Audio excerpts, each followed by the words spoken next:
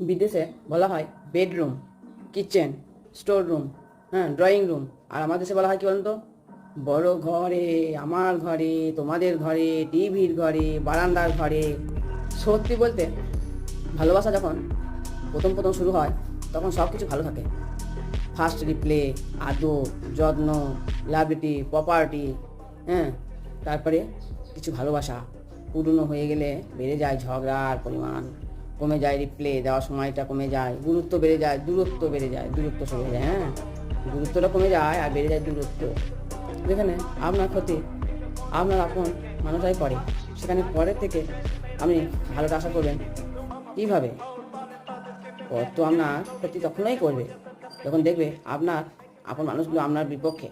এই দুনিয়া তাকেই কাঁদায় যার চোখের জল মোছায় কেউ থাকে না। কাউকে কাঁদানোর আগে মাথায় রাখবেন